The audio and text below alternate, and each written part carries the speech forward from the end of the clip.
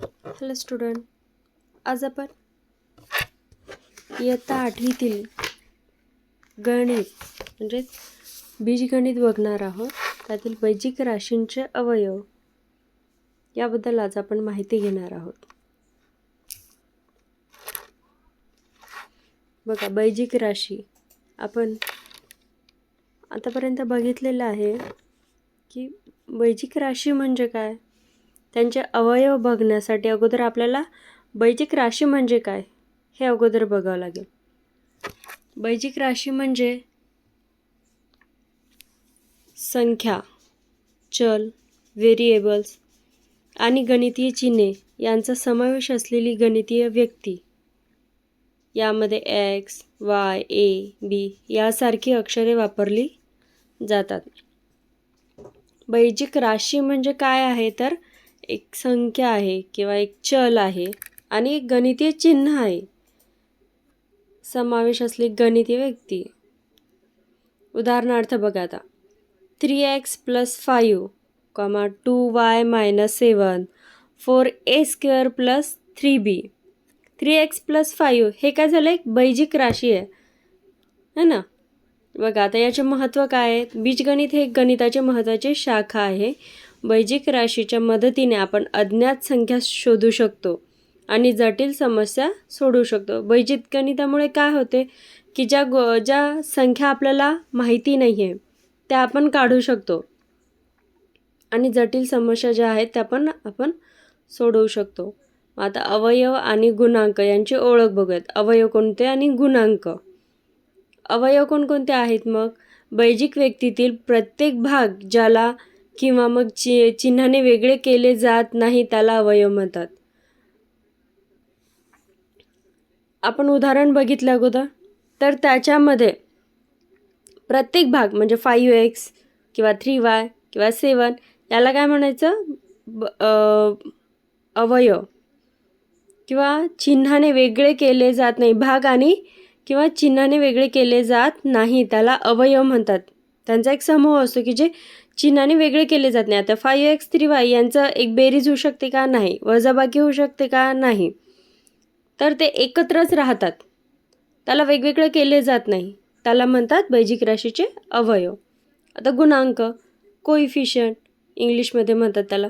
मग चलासोबत असलेली संख्या त्याला गुणांक असे म्हणतात. चल बघितले आपण, एक्स, वाय किंवा ए, बी हे काय झाले, चल झालेत आणि त्याच्यासोबत जी काही संख्या असते त्याला गुणांक असे म्हणतात. मग हे अवयवाचे संख्यात्मक मूल्य दर्शवते. आता एक्स हा चल आहे, इथे उदाहरणार्थ बघा 7x. मग एक्स काय आहे, चल, आणि 7 काय आहे, गुणांक, म्हणजे त्याचं संख्यात्मक मूल्य आहे. 7 हा गुणांक आहे आणि x हा चल आहे. असं स्थिरांक म्हणजे काय, ज्या पदामध्ये चल नसतो त्याला स्थिरांक म्हणतात, त्याचे मूल्य नेहमी समान राहते. बघा आता 4x + 9, 9 हा काय, त्याला स्थिर आहे, स्थिरांक आहे, म्हणजे ज्याच्यामध्ये त्याला चल नाही त्याला म्हणायचं स्थिरांक. बघा आता सारखे पद आणि वेगळे पद, म्हणजे सारखे पद म्हणजे काय आणि वेगळे पद म्हणजे काय. बघा, ज्या पदामध्ये समान चल आणि समान घात असते त्यांना सारखे पद म्हणतात. सारखे पद एकत्र येतात. सारखे पदामध्ये काय होते, आता उदाहरणार्थ बघूयात आपण. 5x आणि 3x हे काय, सारखे पद आहे, म्हणजे 5x आणि 3x याच्यामध्ये दोन्हीमध्ये जे काही चल आहे ते कसे आहेत, समान आहे. तर त्याच्यामुळे त्याच्यामध्ये बेरीज होऊ शकते, वजाबाकी होऊ शकते. 5x आणि 3xची बेरीजसुद्धा होऊ शकते, 5x आणि 3xची वजाबाकीसुद्धा होऊ शकते, कारण ते सारखे पदं आहेत आणि ते एकत्र येतात. म्हणजे त्यांच्यात जी काही आपण चिन्ह जर का टाकलं तर त्यांचे काहीतरी रिझल्ट येतो. आता बघा दुसरं उदाहरण, 2y² आणि 7y² हे सारखे पद आहे. आता याच्यामध्ये चल कोणता आहे, 2y² मध्ये 2y² आणि 7y² मध्ये y². दोन्ही आज चल समान आहे, म्हणजे हे काय झालेत, सारखे पद झालेत. आणि 2 आणि 7 मध्ये बेरीजही होऊ शकते, वजाबाकी होऊ शकते. आता 2y² अधिक 7y² 9y², यांच्यामध्ये वजाबाकी केली तर 2y² - 7y² मायनस यांच्यामध्ये वजाबाकी होईल, म्हणजे किती, 5y² हे सारखे पद आहे. मग -4ab आणि 9ab हे सारखे पद आहे. यांचं जरी चिन्ह वेगवेगळे आहेत तरीसुद्धा त्यांचे जे काही चल आहेत ab हे कसे आहेत, सारखे आहेत. त्याच्यामुळे ते कोणते पद झाले, सारखे पद झाले. ज्याच्यामध्ये मग याच्यावरून काय होते की काय दिसून येते, आपलं जे चल आहे किंवा मग त्याच्यातला घातांक जो आहे जर का सारखा असेल, समान असेल, तर ते कोणते पद आहेत, सारखे पद. आता बघा वेगळे पद, ज्या पदामध्ये चल किंवा घातांक वेगवेगळे असतात त्यांना वेगळे पद म्हणतात. वेगळे पद एकत्र येत नाही. आता वेगळे पद म्हणजे काय, की ज्यांच्यामध्ये चल दोन्ही असते, एक्स एक्स वाय वाय, किंवा मग आता इथे काय असते, वेगळे पद म्हणजे काय, एक चल एक्स असतो, दुसरा चल वाय असतो. याला काय म्हणायचं, वेगळे पद. आता बघा इथे काय 3x आणि 4y. 3x आहे, इथे x हे चल आहे, दुसऱ्या ठिकाणी y हे चल आहे. मग चल वेगवेगळी आहेत म्हणून ते कोणते वेगळे पद झालेत. 5a² आणि 2a हे काय झाले, वेगळे पद झाले. इथे a² आहे आणि इथे a आहे, दोन्ही वेगवेगळे पद आहेत. बघा एका ठिकाणी 7xy आणि 3x हे वेगळे पद आहे. 7मध्ये xy आहेत आणि 3मध्ये फक्त x चल आहे, y नाही आहे. मग वेगवेगळे पद आहेत, चल वेगवेगळे म्हणजे पद वेगवेगळे. फक्त सारखे पद एकत्र येतात, हे लक्षात ठेवायचं आहे की फक्त सारखे पद एकत्र येतात आणि एकत्र करून एका पदात आणता येतात.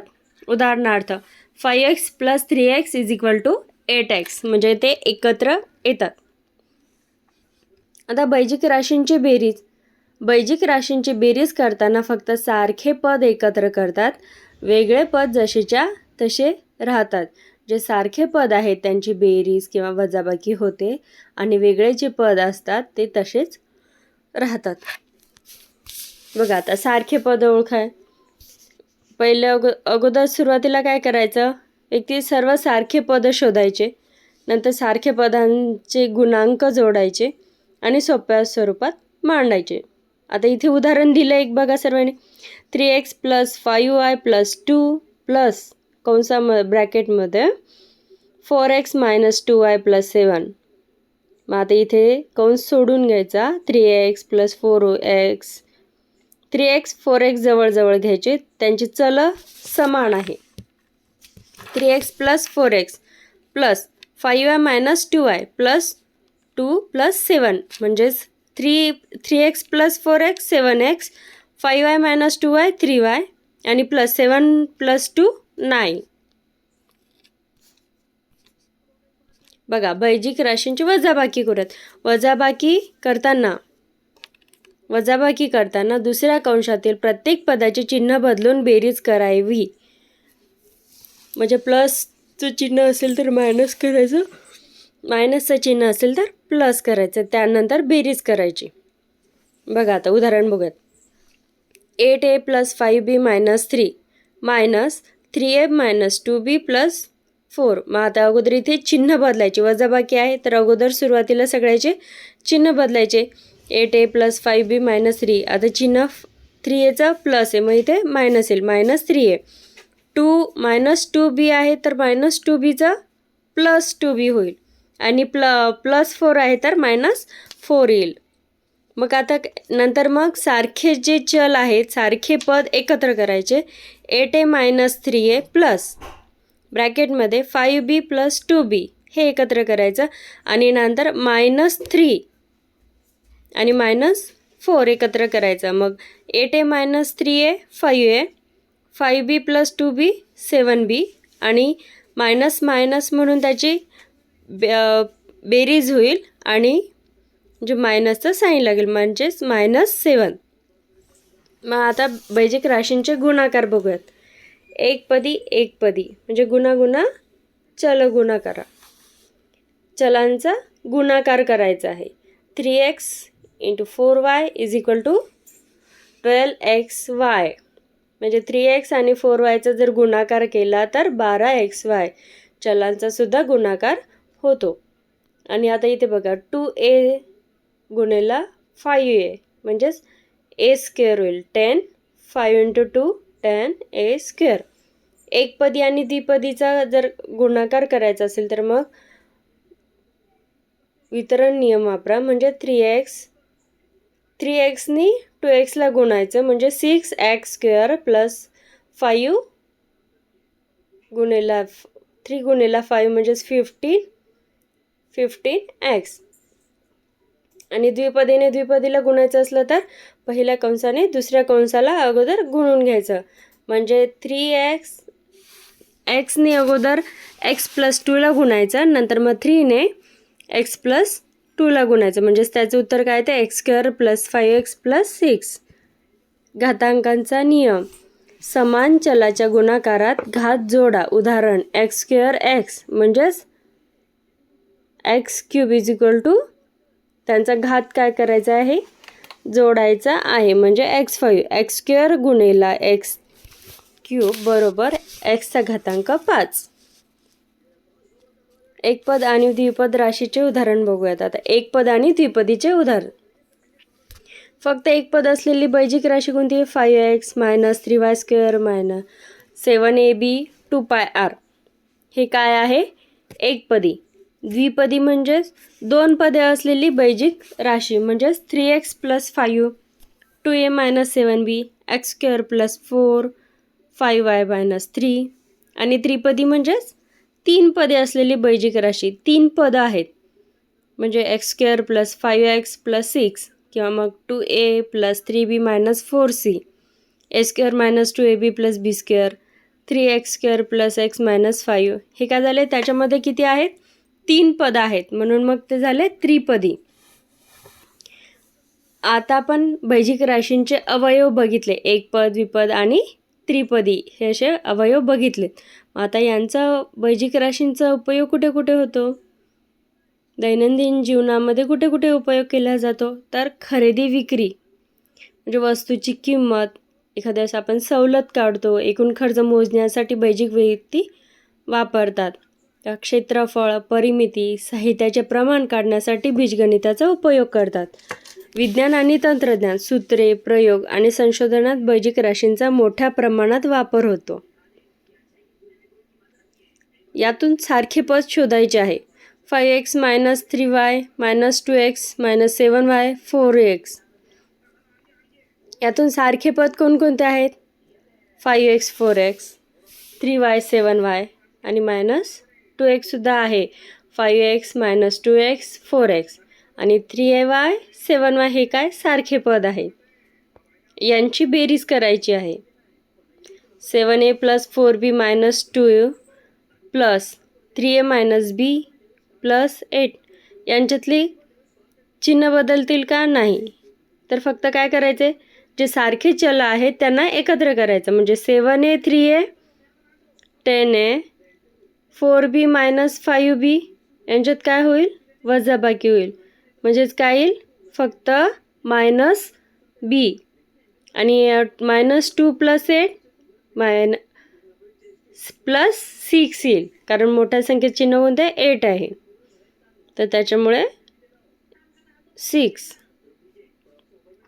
यांच्यात वजाबाकी करायची असल्यास आतले चिन्ह कसे होईल? बदलल्या जातील. ज्यांचं प्लस आहे तिथे मायनस होईल आणि जिथे मायनस आहे तिथे प्लस होईल. मग 9x plus 6y minus 4x plus 3y.